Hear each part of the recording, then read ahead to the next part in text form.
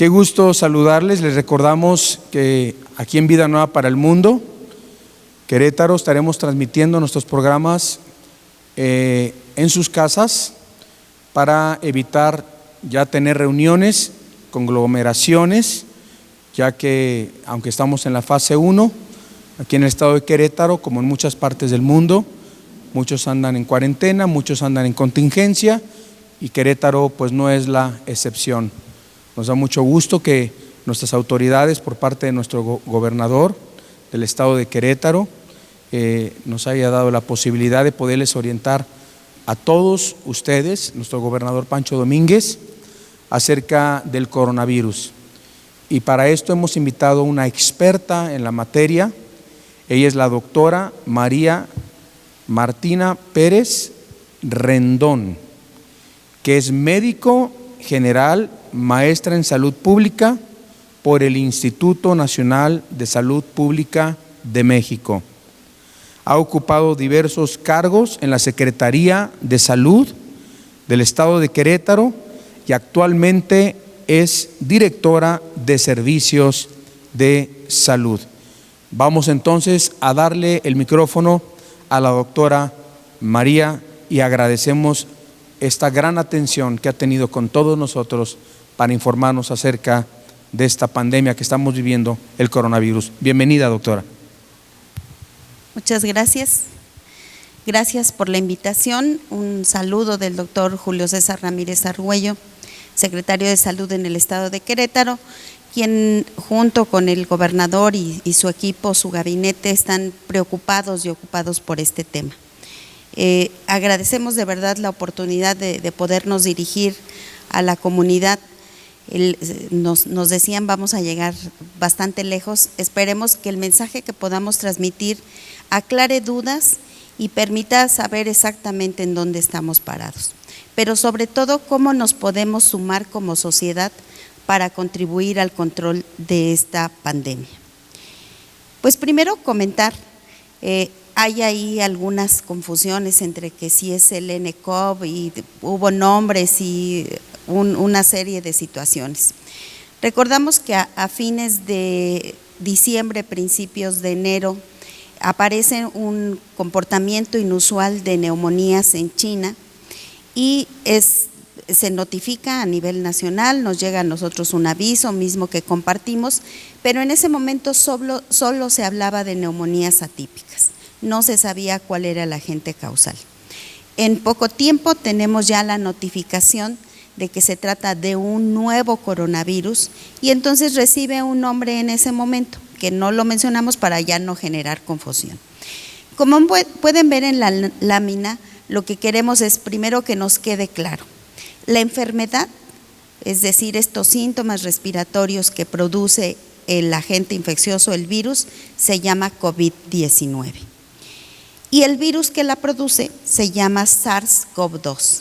¿Por qué SARS-CoV-2? Si recordamos, por ahí habrán seguramente escuchado en los medios de comunicación en 2002 la presencia del síndrome agudo respiratorio severo que se presentó en China y este virus tiene un parecido genético muy alto con ese virus del SARS, por eso se llama SARS. CO de coronavirus, B de virus y 2 porque pues es una segunda generación, por así llamarlo. Ahora, ¿qué produce el coronavirus?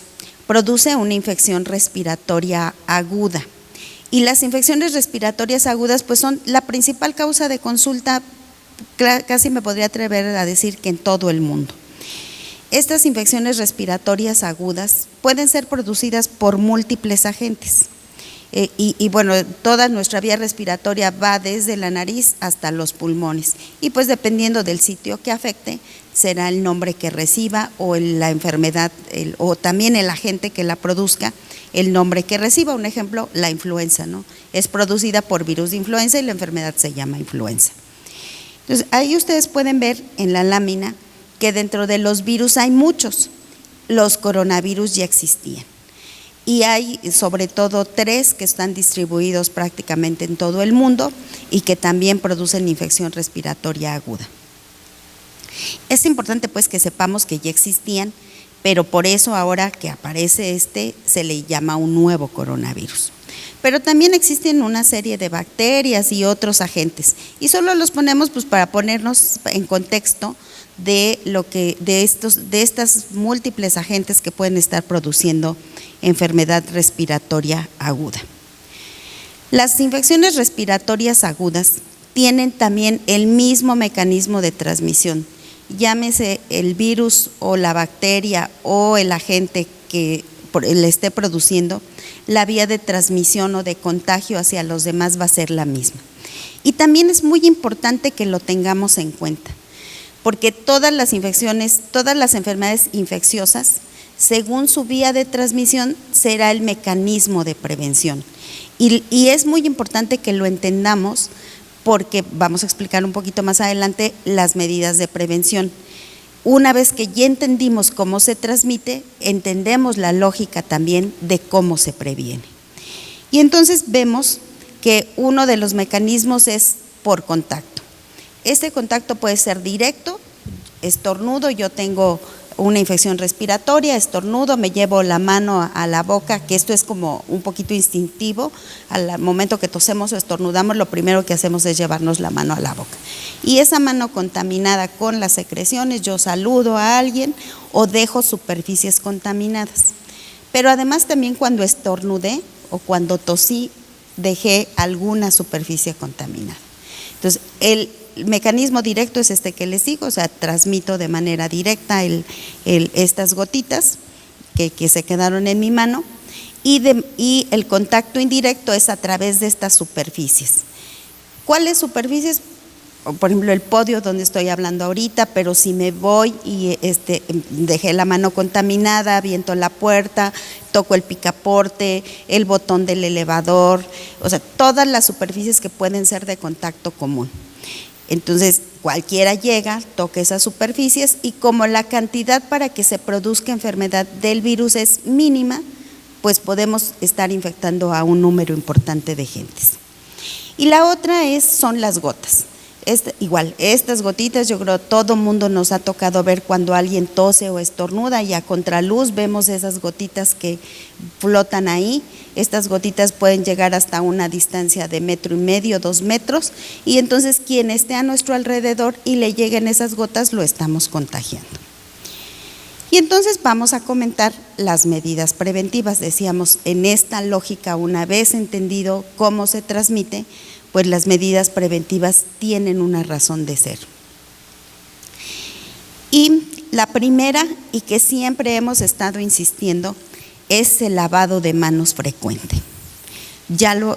Se comprende por qué. O sea, esta contaminación que yo puedo producirme y estar infectando a otros, o simplemente el saludar, ¿no? Saludar a alguien que no sabemos si se acaba de tocar la cara y nos está llevando virus o bacterias.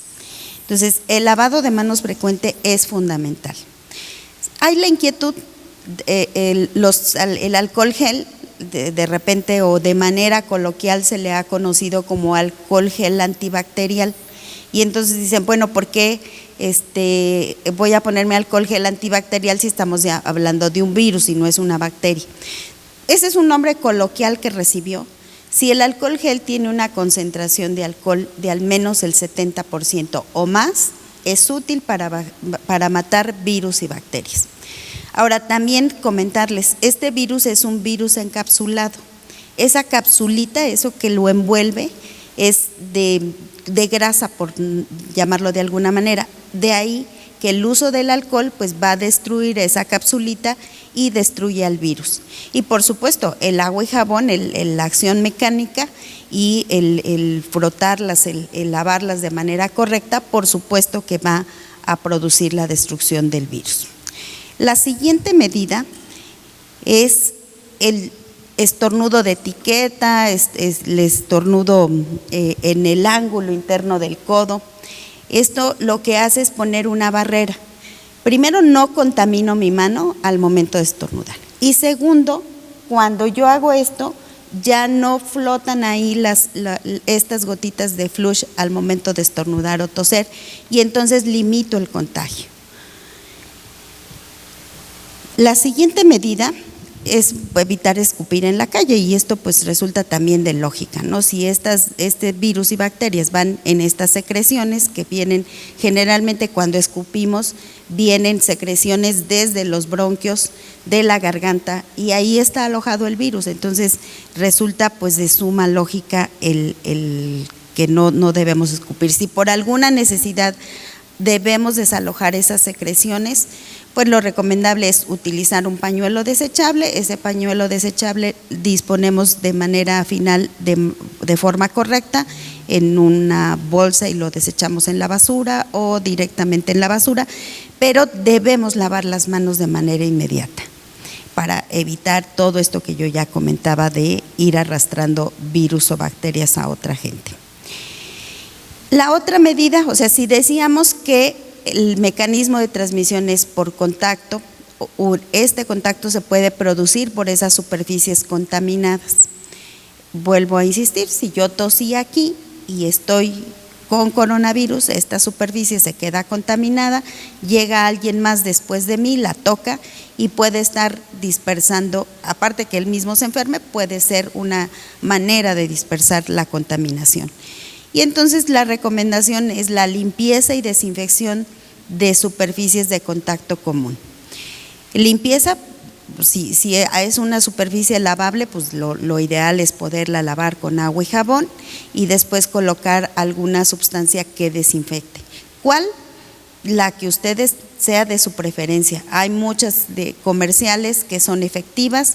Una que nosotros recomendamos de manera habitual es el uso del cloro a diluciones adecuadas para poder producir realmente una desinfección.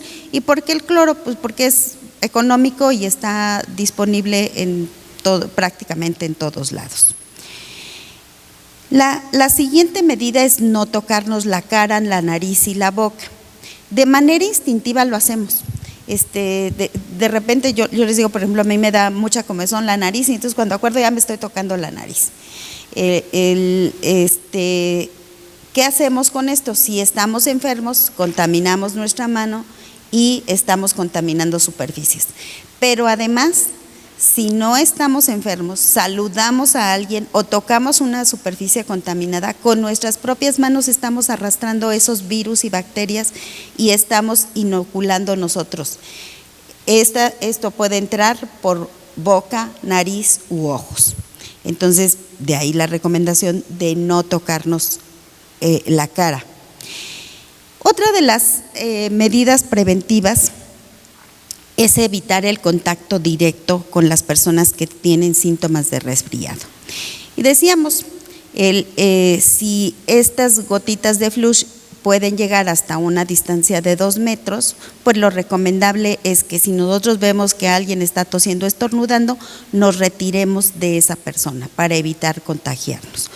Y por supuesto, si nosotros estamos enfermos, la recomendación básica es permanecer en casa, pero si por alguna razón no podemos hacerlo, pues ahí sí se recomienda el uso del cubrebocas. Existen otras recomendaciones, otras acciones de promoción y medidas preventivas, y es bueno pues buscar la atención médica oportuna. Esto es básico. Todas las infecciones respiratorias agudas empiezan generalmente en vías respiratorias altas, la nariz, la faringe, la laringe, pero si no es atendida de manera oportuna y podemos tener factores de riesgo que favorezcan que se agrave, puede llegar a ser hasta una neumonía. Entonces, si llegamos a tener síntomas respiratorios, la recomendación es que busquemos atención médica de forma oportuna. No automedicarnos, eso es esencial. Hay algunos medicamentos que no están recomendados en las infecciones virales y pudiera ser que los tomamos porque nos lo recomendaron, porque lo usamos de manera habitual y entonces producir una enfermedad o una complicación. Y bueno, una vez que ya buscamos atención médica, que ya nos dio las recomendaciones nuestro médico de cabecera, de nuestra unidad de salud, bueno, pues la otra sugerencia es quedarnos en casa. Y pues ya creo que se entiende el porqué. O sea, quedarnos en casa porque para no ser una fuente de contaminación o de contagio directo al que el momento que estamos tosiendo, estornudando, pero además para evitar estar dejando superficies contaminadas que va a llegar otra gente que ni nos conoce y salió infectado. Los latinos somos muy afectuosos y siempre es la costumbre, ¿no?, de saludarnos de mano, de beso, abrazo. Bueno, pues en estos momentos una de las recomendaciones en este sentido de la sana distancia es evitar el saludo de mano, beso o abrazo. Y ahí ponemos en la lámina, ustedes podrán ver algunas sugerencias, ¿no?, de el saludo apache, el saludo tailandés, militar, el saludo japonés, el saludo rocker, de codo con codo. O sea, cada quien podemos buscar la mejor manera de expresar el gusto que nos da de ver a aquella persona, pero sin necesidad de que toquemos nuestras manos o el saludo de beso que también es tan difundido. Y bueno, entrando ya propiamente a la enfermedad, yo les platicaba al principio, los coronavirus ya existían. Se habla hasta de 7 coronavirus, hay unos, repito, difundidos en todo el mundo que producen infección respiratoria aguda, pero son parte ya de los virus habituales que producen enfermedad. Estos coronavirus también pueden producir enfermedad en los animales y si se acuerdan, pues también la influenza, de repente oímos por ahí en los medios que un brote de influenza aviar y que ya sacrificaron tantos animalitos porque se contaminó esa granja, ¿no? Entonces, bueno, pues este coronavirus también puede producir enfermedad en algunos animales. Y en la tabla ustedes van a poder ver que ponemos ahí solo pues como los más relevantes porque han sido motivo de noticia, pero además de una gran afectación cuando se presentaron. Afortunadamente no se extendieron a lo largo y ancho del mundo, no llegó a ser una pandemia, pero sí produjo alerta en aquel momento en términos de salud pública. Y uno es el SARS-CoV, que decíamos es pariente de este que nos ocupa ahora. Produjo el síndrome respiratorio agudo severo, se presentó en China en el 2002 y produjo una alta letalidad, una alta mortalidad. De los que enfermaron, una gran proporción, dependiendo la edad, pero fue desde el 15 hasta el 50%. En el caso del MERS-CoV, que afectó a Arabia Saudita en 2012, que también fue motivo de estarse difundiendo en los medios de comunicación, produjo una mortalidad del 35% en la población que afectó. Y bueno, pues el que ahora tenemos y que nos ocupa al mundo entero y que ya es una pandemia, el SARS-CoV-2, que produce esta enfermedad de COVID-19, inicia en China, pero bueno, pues ustedes lo vieron, cada vez se fue extendiendo más y más y más, de forma que pues la Organización Mundial de la Salud lo llegó a declarar como una pandemia. En términos generales, la letalidad de esta enfermedad es de alrededor del 3%, y bueno, va variando de un país a otro, pero en promedio podríamos hablar de ese 3%. Ahora, también aquí quiero mencionar que es un virus nuevo. Hay muchas cosas que se desconocen de él. Una de las preguntas frecuentes o de los mitos es el calor lo va a destruir, o sea, ahorita ya empezamos, pues ayer empezó la primavera en el hemisferio norte y entonces que pues ya vamos a tener unas temperaturas más altas y que entonces el virus ya no va a circular. Esto no está estudiado todavía, no hay un fundamento. Surge en el hemisferio norte en época invernal, entonces todavía no sabemos estos cambios de temperatura, de humedad en el medio ambiente, qué efecto va a tener en el virus. Entonces, pues conforme vayan surgiendo las investigaciones y se vaya documentando, pues seguramente iremos compartiendo este conocimiento. Entonces no nos confiemos, tenemos que seguir aplicando las medidas preventivas. Ahora, ¿cuál es el comportamiento de la enfermedad? A diferencia de otras infecciones respiratorias virales, de todos estos virus que veíamos en una de las primeras láminas, tiene un periodo de incubación muy largo. Entonces eso nos da, incrementa el riesgo de que se pueda infectar más gente por los mecanismos que ya dijimos, y además pues tenemos que vigilar a la persona hasta 14 días para saber si desarrolla o no la enfermedad. Y los síntomas, pues tampoco hasta el momento no hay uno específico que diga, pues le van a salir ronchitas y ese es el síntoma, ya sabemos que es coronavirus. No hay nada específico, ahorita ustedes los ven en la lámina, pero les comento, el síntoma cardinal sí es fiebre. O sea, cuando hay fiebre debemos pensar que pudiera tratarse, pero fiebre y o tos, y además pudiera haber dolor de cabeza, malestar general, dolor de articulaciones, dolor muscular, escurrimiento nasal. Entonces, sí, algunos casos han llegado a presentar diarrea, y cuando ya se complica, cuando ya afecta las vías respiratorias bajas, los bronquios o pulmones, puede haber dificultad para respirar y propiamente una neumonía. Entonces, ¿cuál en este momento, dependiendo las fases, va a ir cambiando en quién pensemos que presenta la enfermedad? La transmisión, ya lo dijimos, también en este momento es de humano a humano. Otra de las inquietudes es, bueno, pues y mi animalito de compañía, mi perrito, mi gato, ¿qué voy a hacer con él?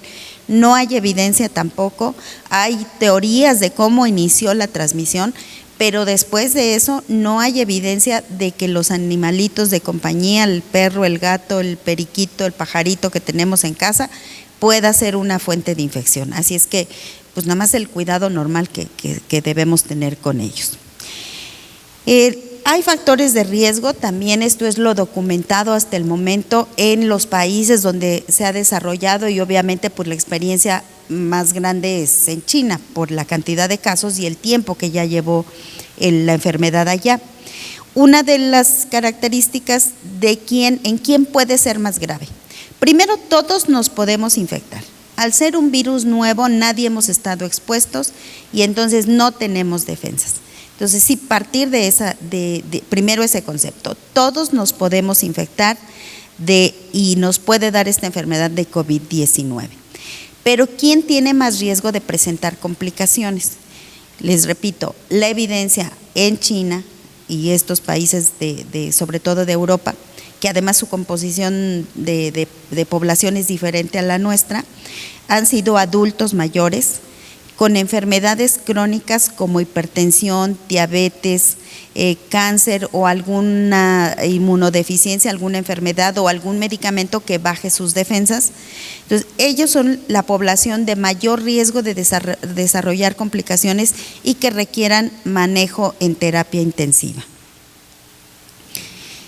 El diagnóstico en México, y bueno, yo quiero suponer que en los países del mundo que somos miembros de la OMS, esta tecnología que se desarrolló para poder hacer el diagnóstico, que permite identificar el genoma del virus, y que entonces cuando se dice que una persona es confirmada al virus es porque estamos viendo su genoma. Entonces no hay duda de que estamos hablando de un caso confirmado.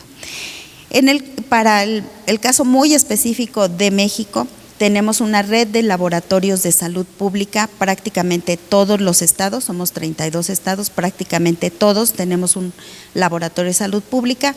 Esta tecnología que nuestro laboratorio rector, que es el Instituto Nacional de Diagnóstico y Referencia Epidemiológica, la ha transferido a estos laboratorios estatales para poder extender la capacidad de diagnóstico. La tenemos ya en todos estos lugares y se está trabajando con algunos laboratorios privados para poderlos validar, aunque por el momento en una publicación que tenemos solo hay uno con esa característica de ser privado ya validado. Se ha hablado también dentro de las cuestiones y que puede generar inquietud, cuando menos para México, hay circulando varias pruebas rápidas. Hasta el momento ninguna está validada, también pues para la gente que nos está viendo y escuchando, que sepan, acérquense a su Ministerio de Salud, a su Secretaría de Salud e identifiquen ahí cuál es la prueba que está validada. No nos confiemos, les repito, infórmense en sus países si hay pruebas rápidas validadas. Repito, para México no hay ninguna todavía en esa condición, por lo tanto la Secretaría de Salud del país, que es el órgano rector, no tiene autorizada la aplicación de ninguna prueba rápida. El tratamiento, bueno, no hay un tratamiento específico, se da un manejo solo para controlar los síntomas, la fiebre, el dolor, el malestar que pudiera sentir la persona, mantenerlo hidratado en buenas condiciones, una alimentación equilibrada, pero no hay un tratamiento específico. Hay algunos de los que se habla, porque también esto seguramente lo escucharán o lo podrán ver si buscan en internet. Hay algunos medicamentos que se mencionan, están en proceso también de investigación y de decir si en efecto este medicamento es el que podemos utilizar y nos va a ayudar a cortar el tiempo de convalecencia del paciente o nos va a ayudar a llevarlo a la mejoría. Entonces, también, o sea, si nos ofrecen que este es el efectivo para el coronavirus, este SARS-CoV-2, no lo creamos, busquemos fuentes oficiales y repito, todos los ministerios de salud, las secretarías de salud, de la Organización Mundial de la Salud están publicando de manera permanente información confiable, es a donde invitamos que consulten. Y la prevención también, no hay una vacuna, recién salió creo que en el transcurso de esta semana, el que había ya inoculado a algunas personas que voluntariamente se ofrecieron para aplicarse una vacuna que está en experimentación. Todavía no está liberada ni de libre comercio, así es que en este momento lo que tenemos que apostar es a las medidas preventivas que mencionamos al principio. Ahora, estos porcentajes que voy a mencionar pues son muy aterrizados para México, sin embargo no creo que cambie mucho para los otros países porque están estimados en base al comportamiento de lo que está ocurriendo en el mundo. Y entonces se espera que los casos leves, o sea, de todos los que pudiéramos presentar, de todos los casos que se pudieran registrar, el 80% sean casos leves. Es decir, síntomas que no requiere el paciente hospitalización, que lo vamos a mandar a su casa o según la dinámica que tenga establecido cada uno de sus países y con sus recomendaciones de aislamiento y de refuerzo de las medidas preventivas. En los casos graves que esperamos, de ese 100% que pudieran presentarse, el 14% podrían ser casos graves que requieren hospitalización. Y los que requieren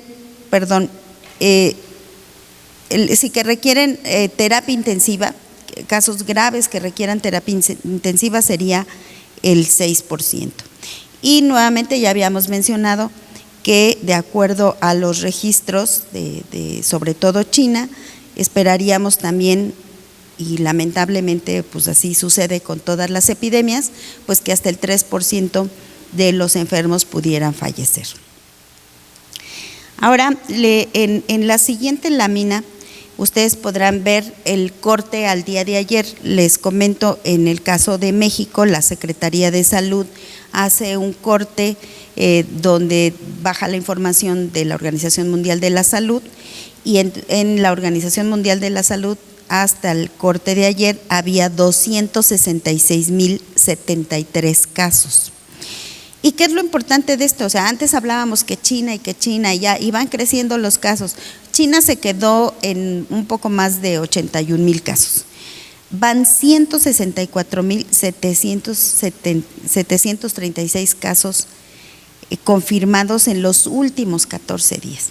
O sea, ya se extendió en el mundo y cada día más países nos vamos sumando a este reporte y ahí ustedes ven ya la mortalidad general en el mundo está en el 4.2%.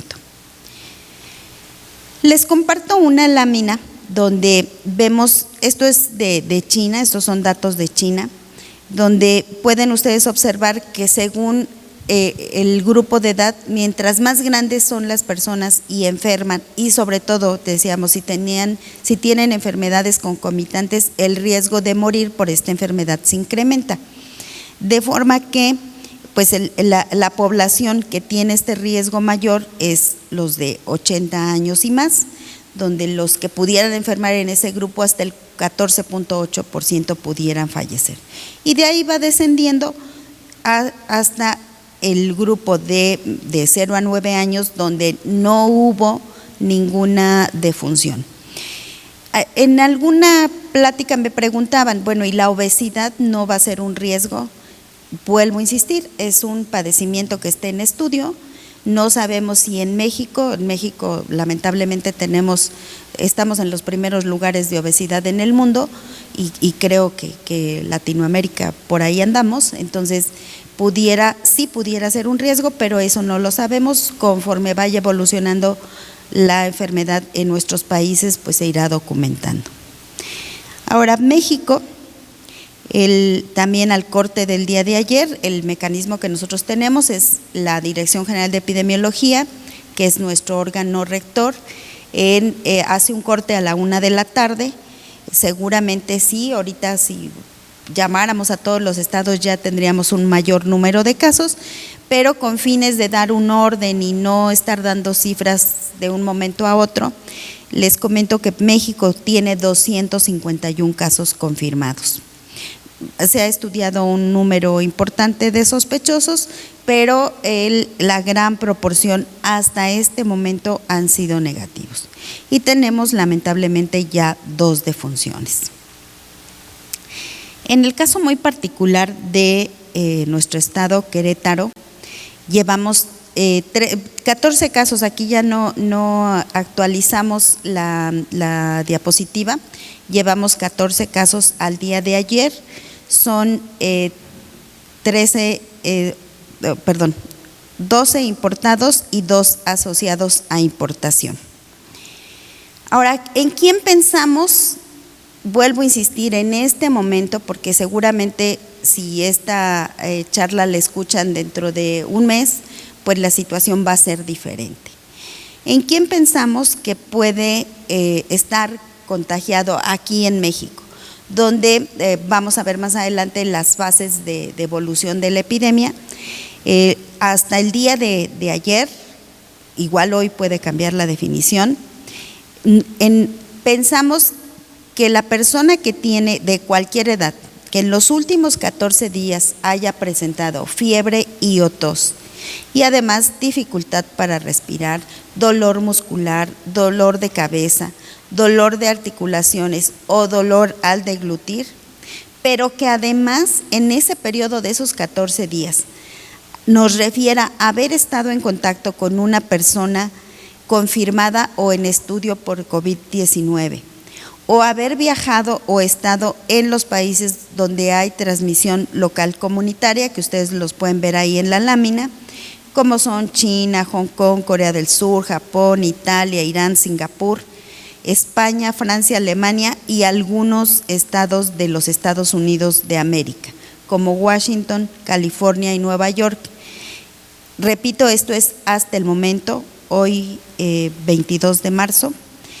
Probablemente esto cambie en unos días, cuando haya más países con una transmisión sostenida del padecimiento. ¿Y en quién pensamos ya como un caso confirmado? O sea, llega una persona a solicitar consulta, reúne estos requisitos y le hacemos un estudio. Esto que ya les comentaba yo, que en esta red de laboratorios, etcétera.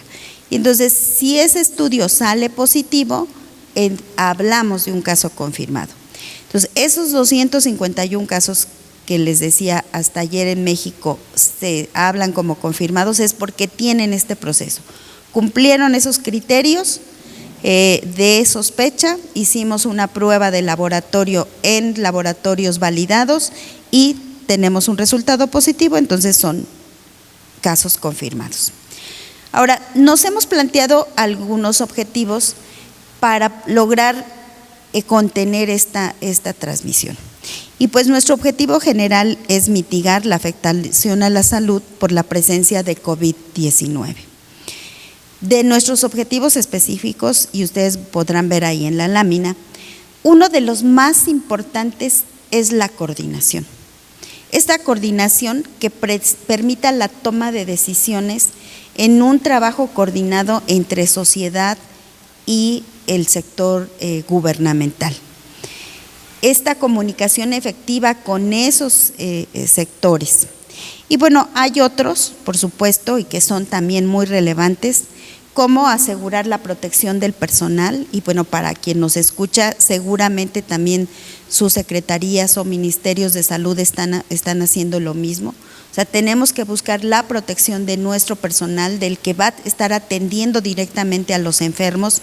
Si se contagian, pues entonces, ¿quién va a atender a los enfermos? Fortalecer la vigilancia epidemiológica, que es esto que les decía, o sea, en qué momento vamos a estar detectando. Todas nuestras unidades de salud del sector público y privado tienen que conocer las definiciones operacionales, que seguramente también en sus países las tienen, para poder identificar los casos que pueden ser sospechosos y más adelante confirmados. Proporcionar la atención médica, por supuesto, también se está trabajando en estos planes de poder tener los espacios adecuados. Tal vez no vamos a hacer lo que hizo China, de construir un hospital en 10 días, pero cada país pues buscaremos la mejor estrategia y al interior de los países cada estado o región buscará también la mejor estrategia para poder tener los espacios adecuados y suficientes para atender a la población. Otro de los pilares, y por eso está marcado en un color diferente, es contar con un plan de comunicación efectiva. Algo que nos hemos enfrentado es que la gente no cree que esto es real. Hay muchas cosas circulando en las redes sociales y que es un virus fabricado, pues teorías de que es una conspiración y como sea, yo no les puedo asegurar que no sea así. Lo que sabemos desde el punto de vista de salud pública es que apareció un nuevo virus, que se ha ido extendiendo en el mundo, que la evidencia científica demuestra que ahí está y que hay miles de afectados y también miles de muertos. Entonces, esa es una realidad que tenemos que enfrentar y que entonces tenemos que convencernos de que es una realidad para que podamos actuar en consecuencia. Y no solo el sector gubernamental.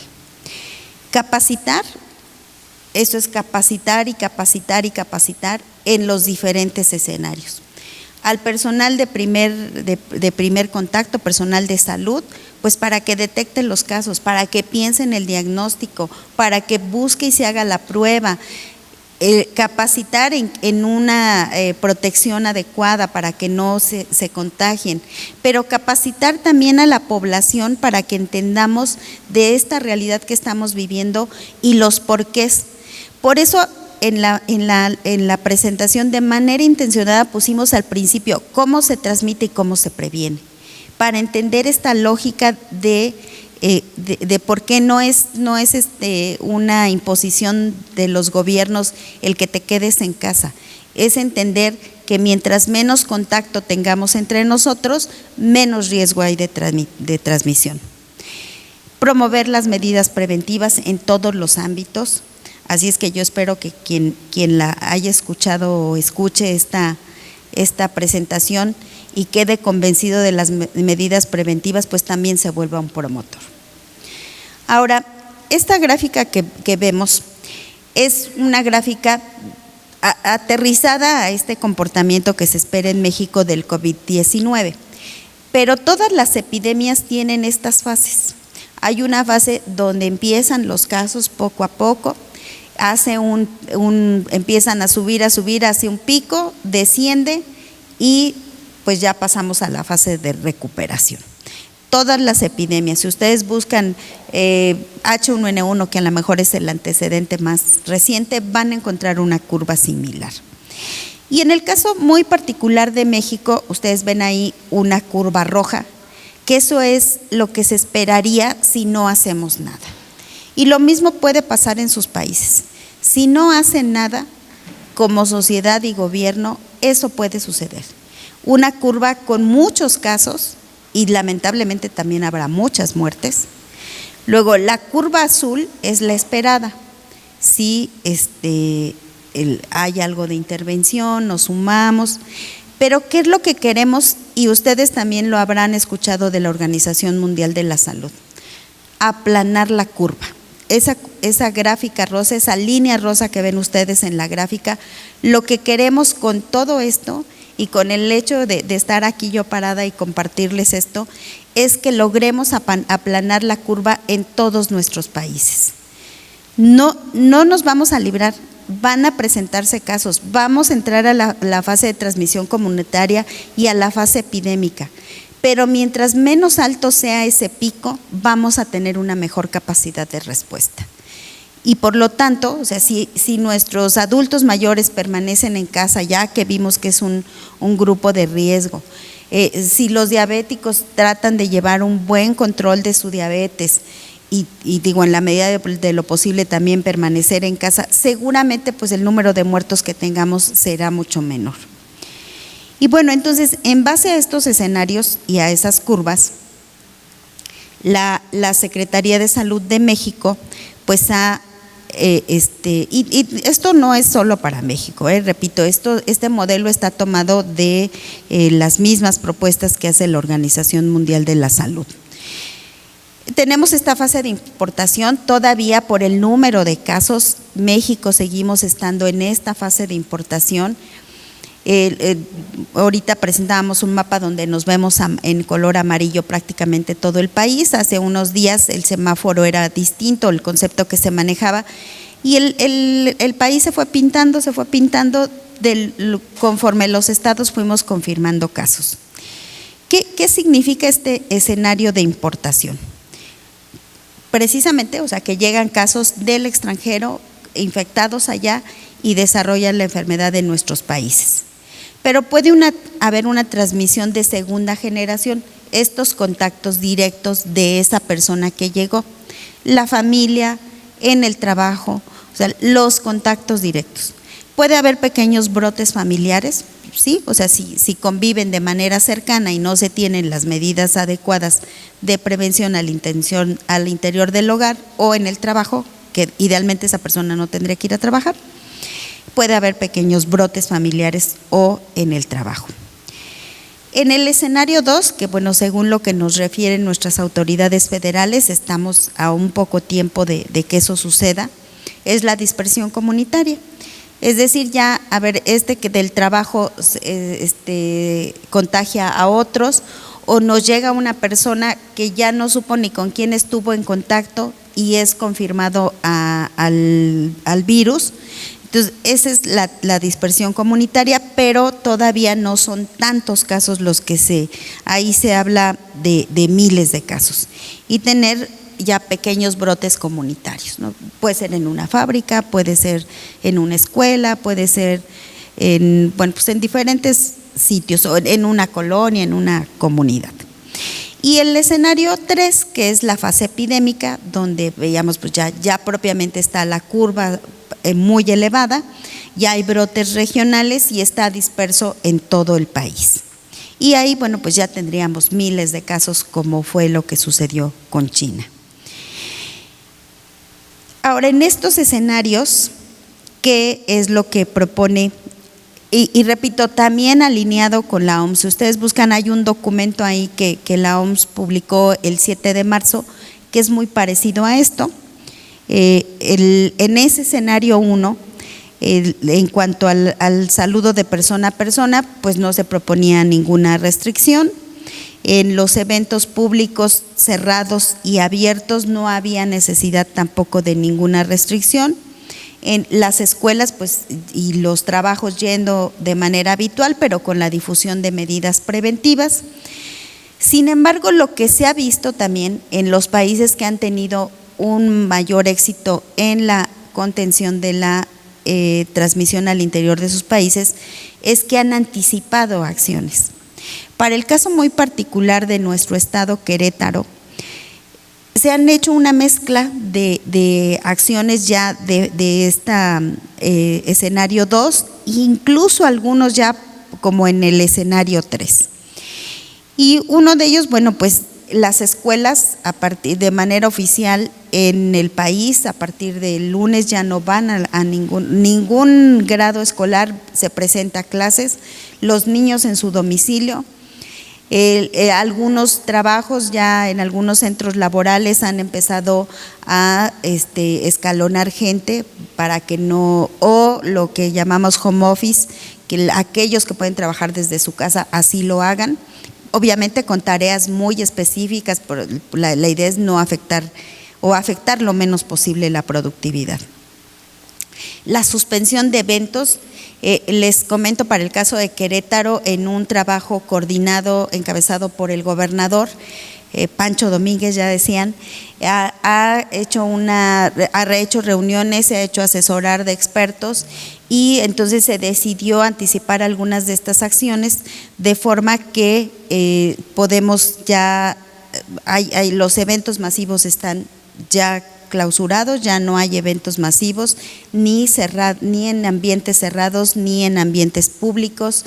En este trabajo también coordinado con las diferentes agrupaciones religiosas también, aquí en México se vive de manera muy particular la Semana Santa, todas las festividades de Semana Santa están canceladas.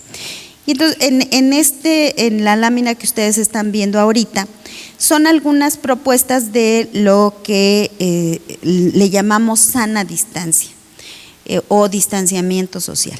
Y entonces les digo, ya en nuestro país, los diferentes estados hemos ido adoptando estas medidas también de manera diferenciada, pero bueno, ya decíamos, ahorita los restaurantes en Querétaro están al 50% del aforo. Y la estrategia es una mesa sí, una mesa no, de manera que no favorezcamos el contacto cercano entre la gente que asiste. En las escuelas, ya decíamos también, ya están suspendidas las clases a partir del lunes de manera oficial en todo el país, para el caso muy particular de Querétaro desde el miércoles pasado. En el trabajo, este escalamiento que ya habíamos dicho, y también en un trabajo coordinado con las empresas que vamos a mencionar más adelante. Entonces, bueno, esto hasta aquí es un poquito lo que en términos generales el país y el Estado ha ido haciendo. Ahora les voy a mencionar pues un ejemplo, digo, no quiero decir que esta sea la solución, simplemente un ejemplo de lo que nuestro Estado ha estado trabajando. Entonces, con la Secretaría de Turismo nos hemos acercado a través de ellos a las agencias de viajes, pero también con hoteles, con los propios restaurantes, todo lo que tiene que ver alrededor de la atención del turismo para favorecer todas estas medidas de sana distancia. Con las agencias de viaje muy en particular para esta recomendación de preferencia, aunque no hay una restricción de viaje en México, hay otros países que sí ya cerraron fronteras, México aún no. La sugerencia es, si no tienes que ir a esos países por algo vital, no vayas.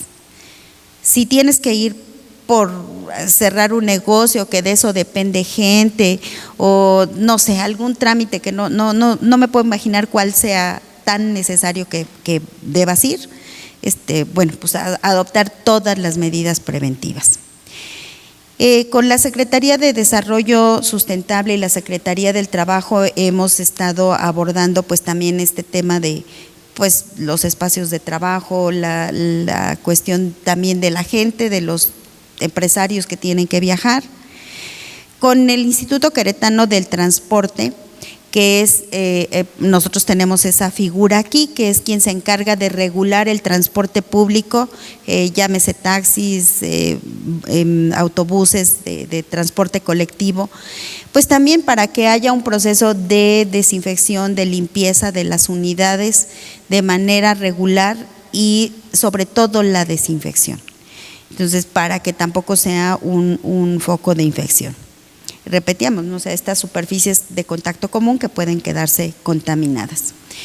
Con el Aeropuerto Intercontinental de Querétaro, donde tenemos vuelos, hay algunos internacionales, tenemos muchos vuelos nacionales, pero pues existe siempre la probabilidad de que en esos vuelos nacionales venga alguien que llegó de la salida de ese avión y que provenga del extranjero, ¿no? Entonces también todas las medidas y de un operativo especial con ellos. Con la terminal de autobuses, donde llegan los autobuses de foráneos al estado de Querétaro, pero también del movimiento local al interior del estado, pues también fomentar esta limpieza y desinfección de las unidades, el poder identificar de manera oportuna si alguien pudiera llegar ahí infectado y lo podamos detectar de manera adecuada. En otras actividades de coordinación se conformó un comité técnico asesor, valga ahí la redundancia, por diversos especialistas, pero donde también está participando el gabinete de gobierno. Ha habido reunión con cámaras de industriales, de comercios, de sindicatos, de líderes de diferentes religiones, reunión con influencers, chicos que tienen esta ascendencia sobre jóvenes, reunión del Consejo Estatal de Seguridad, donde participan los diferentes poderes del Estado, municipios y cuerpos de seguridad como tal. Y también se está identificando los líderes que puedan incidir en esta adopción de las medidas preventivas. El que en determinado momento sea un mensaje de igual a igual, de autoridades como no propiamente gubernamentales, quien nos ayude a transmitir este mensaje y que nos sumemos a todas las medidas de sana distancia, que si, por ejemplo, en Querétaro ya nos piden que permanezcamos en casa, que solo salgamos a lo esencial, pues entendamos el porqué. Y solo esto la única finalidad que tiene, y decíamos el objetivo general de todo este programa, es mitigar la transmisión de este padecimiento, por lo tanto, menos casos, menos graves y menos muertes. Se ha hecho difusión de materiales, la Secretaría de Salud Federal ha generado diferentes materiales técnicos para el personal de salud, pero que están disponibles ahí en las páginas, que también si alguien los quiere leer, alguno de ellos, sobre todo de los mecanismos de protección, trae información de también cómo cuidar al enfermo en casa, qué medidas de prevención podemos usar, y está en términos muy entendibles. Todos los días la Secretaría de Salud Federal y la estatal emite un comunicado técnico donde nos mantiene al tanto de la evolución de la epidemia al interior del país. Y otra de las herramientas, decíamos, dentro de los objetivos es la capacitación, y entonces hemos estado capacitando en todos los escenarios. Obviamente el mensaje adecuado a ese escenario. Si voy con personal médico, pues aparte de que conozcan las generalidades del comportamiento, pues es mucho de insistir en estos mecanismos de protección que deben de adoptar. Y pues hemos estado con el aeropuerto, con el personal de salud de diferentes sitios, ahí, bueno, no todos los que nos escuchan lo conocen, pero varios hospitales privados de una gran magnitud aquí en el estado, el Colegio Médico de Querétaro, que agremia a la parte privada de la prestación médica, con las universidades, con las agrupaciones de industrias, con diferentes escuelas y los cuerpos de seguridad. Otra ya habíamos mencionado, solo aquí lo recalcamos, tenemos la capacidad diagnóstica en el estado, y pues también hemos estado trabajando en poder ampliar nuestra capacidad de respuesta, porque bueno, pues esto en Querétaro apenas empieza, más adelante vamos a tener seguramente más casos que tendremos que confirmar. En la comunicación de riesgo, y esto es una sugerencia, seguramente ya lo hacen también en sus países, el tener un vocero único, o sea, que siempre sea a veces se complica por las cuestiones de agenda, pero que siempre sea de una sola línea donde salga la comunicación, para que siempre cuando escuchamos una cifra de un lado y otra cifra de otro, genera confusión y genera inquietud en la población. Entonces, una de las recomendaciones es que haya un vocero único. Hemos estado emitiendo boletines de prensa de manera regular, casi diaria. Difusión en redes sociales, en diferentes escenarios y por diferentes instituciones, y también les digo ahora a través de influencers. Entrevistas, también hemos tratado de atender todas las solicitudes de entrevistas, no tenemos nada que ocultar, y el que la gente sepa el comportamiento real del padecimiento favorece el que entendamos la importancia de las medidas preventivas, pero más que entenderlas, adoptarlas. Para el caso muy particular de Querétaro, ya inició una campaña masiva que va a estar en diferentes medios, tanto prensa como televisión, como mantas y obviamente las redes sociales. También estamos ya arrancando, probablemente el día de hoy, mañana ya quede un call center a donde hay personal entrenado para que la gente llame, plantee sus dudas, y además si tiene o creemos o en el interrogatorio que hagamos que se puede tratar de un caso sospechoso, dirigirlo al lugar donde va a ser atendido. Una app también donde van a poder marcar los signos y síntomas y hacer un autodiagnóstico, y los va a referenciar a este call center donde ya les van a decir a dónde puede ir. Pero además en la misma app de manera inmediata le va a dar las recomendaciones básicas, o sea, si se piensa que es una infección respiratoria, qué medidas de precaución debe adoptar de manera importante. Y por último, algo bien importante, ya lo había mencionado yo durante el transcurso de la charla, no hagamos caso de todo lo que se publica, sobre todo lo que no viene de fuentes confiables. Lamentablemente, y digo de verdad, es muy lamentable que no sé de verdad qué hay detrás de esas intenciones, ¿no? De memes que se publican, de videos que solo producen desinformación, más miedo en la gente y llegando al pánico, y el pánico nos paraliza. Entonces, no hagan caso de esa información. Si tienen duda, pues repito, acérquense a sus ministerios de salud, y hay páginas ahí oficiales de la Organización Mundial de la Salud, de la Organización Panamericana, ponemos ahí la página de la Secretaría de Salud de México, y bueno, las propias del Estado de Querétaro y de la Secretaría de Salud de Querétaro y de Gobierno del Estado de Querétaro, que nos van a referenciar a la de la Secretaría de Salud Federal. Y bueno, pues con esta última lámina, solo la invitación a que hagan caso de las recomendaciones, las adoptemos, invitarlos a tomarlo en serio y a quedarnos en casa. Doctora, gran conferencia, muchas felicidades. Gracias. De verdad, estamos muy honrados de tenerla con nosotros, de verdad. Nos preguntan qué tan efectivo es el gel antibacterial. Si el gel, bueno, sí, eso me faltó puntualizar. O sea, si el gel es del 70% o más de la concentración de alcohol, hay que ver la etiqueta al momento que lo adquiramos, es efectivo, siempre y cuando las manos no estén visiblemente sucias. Esa es la recomendación. Sí, yo en la otra charla que dábamos decía, si acabo de cambiar la llanta del carro y que viene todas sucias mis manos, no, el gel primero le he lavado de manos con agua y jabón, y después si quieren aplicar el gel. Bien, ¿cuánto tiempo dura el virus en nuestra ropa? Mire, son de las cosas que están en proceso de investigación. La referencia que tenemos es en superficies firmes. En esto se habla, pero todavía puede cambiar, que hasta 9 horas.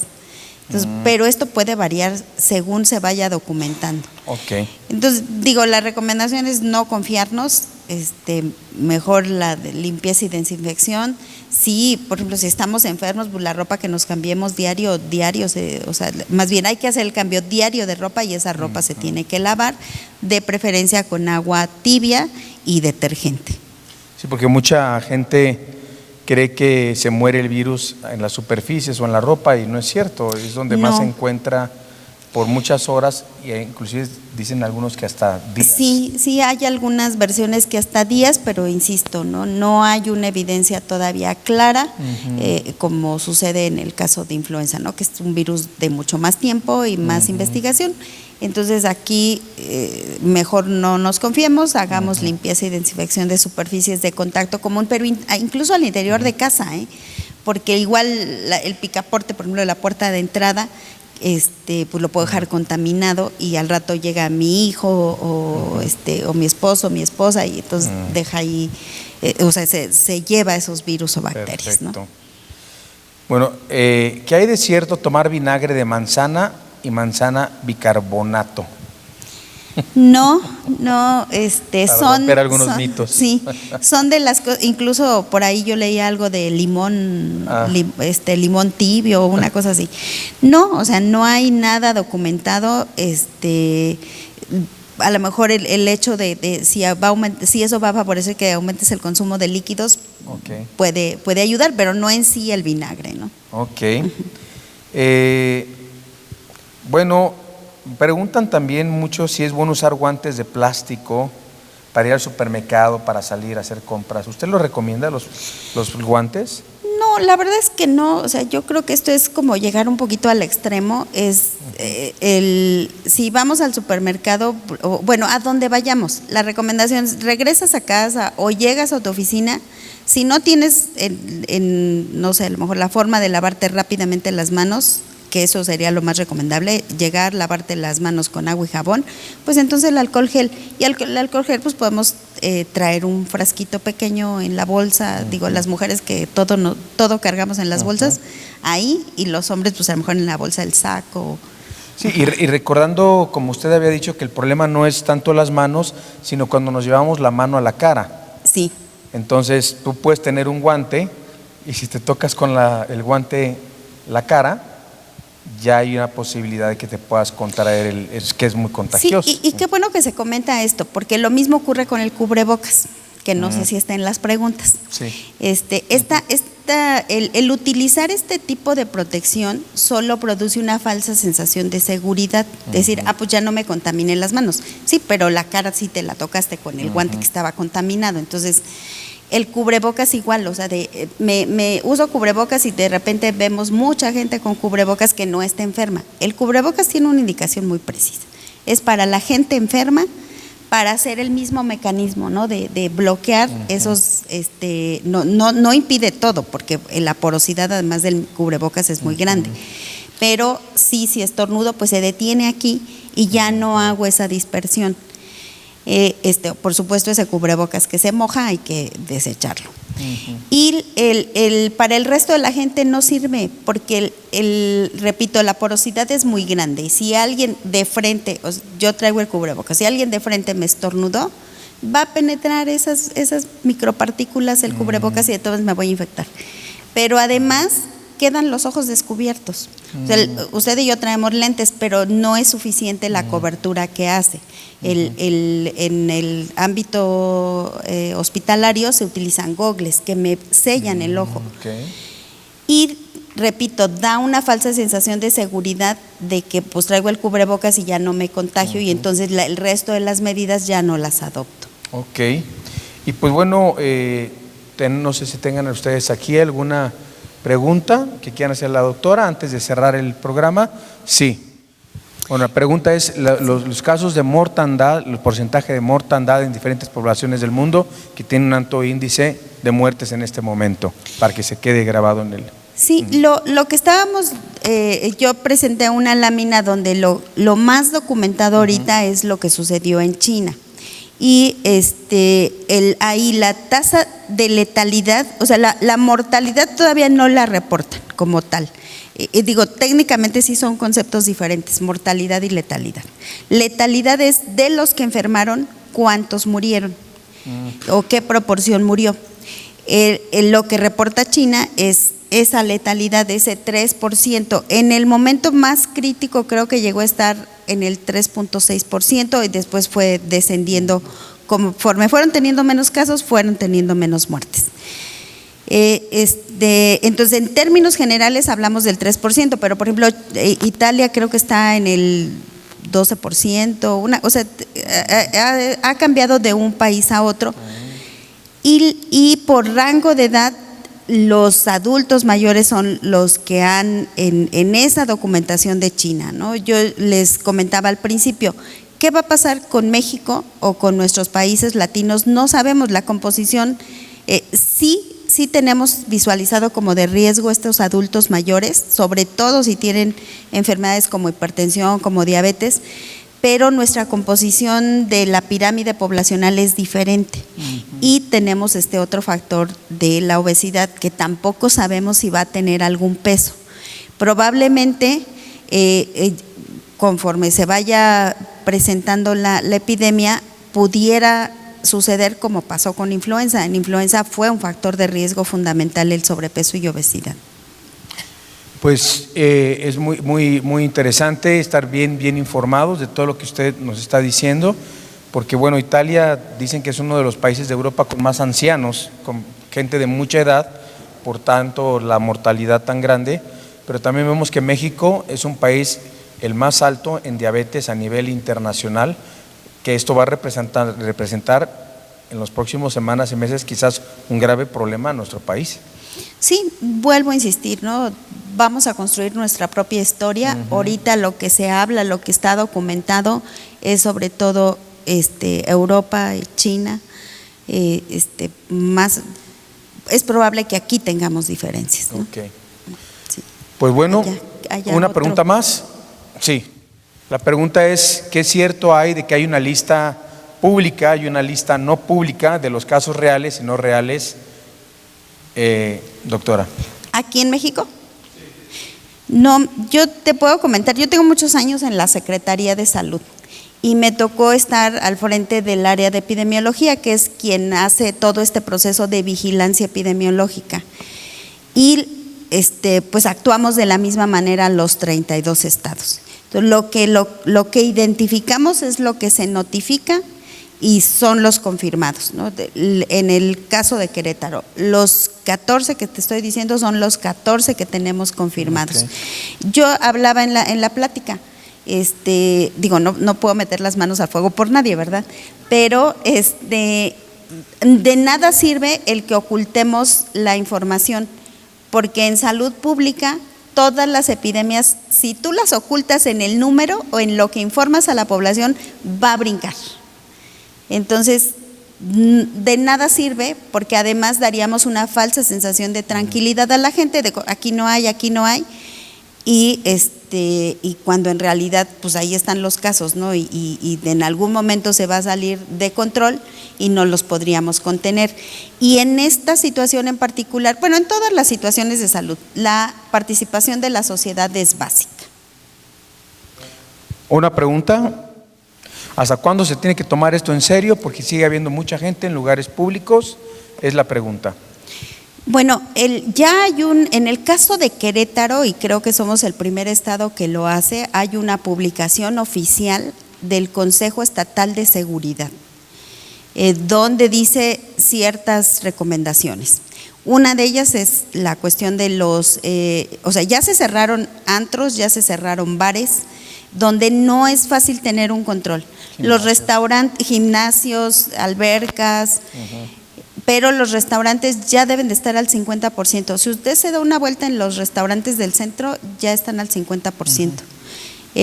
No puedo asegurar que todos, pero hay un trabajo coordinado dentro de la presentación, comentaba, y que esto es muy importante, este trabajo coordinado con los municipios, porque bueno, pues el Estado no tendría posibilidad de estar en todos, o sea, la Policía Estatal, por ejemplo, no podría estar en todos lados para vigilar esto, pero es un trabajo coordinado entre los municipios, la propia Secretaría de Salud con el área de verificación sanitaria, Protección Civil, o sea, hay como muchos actores.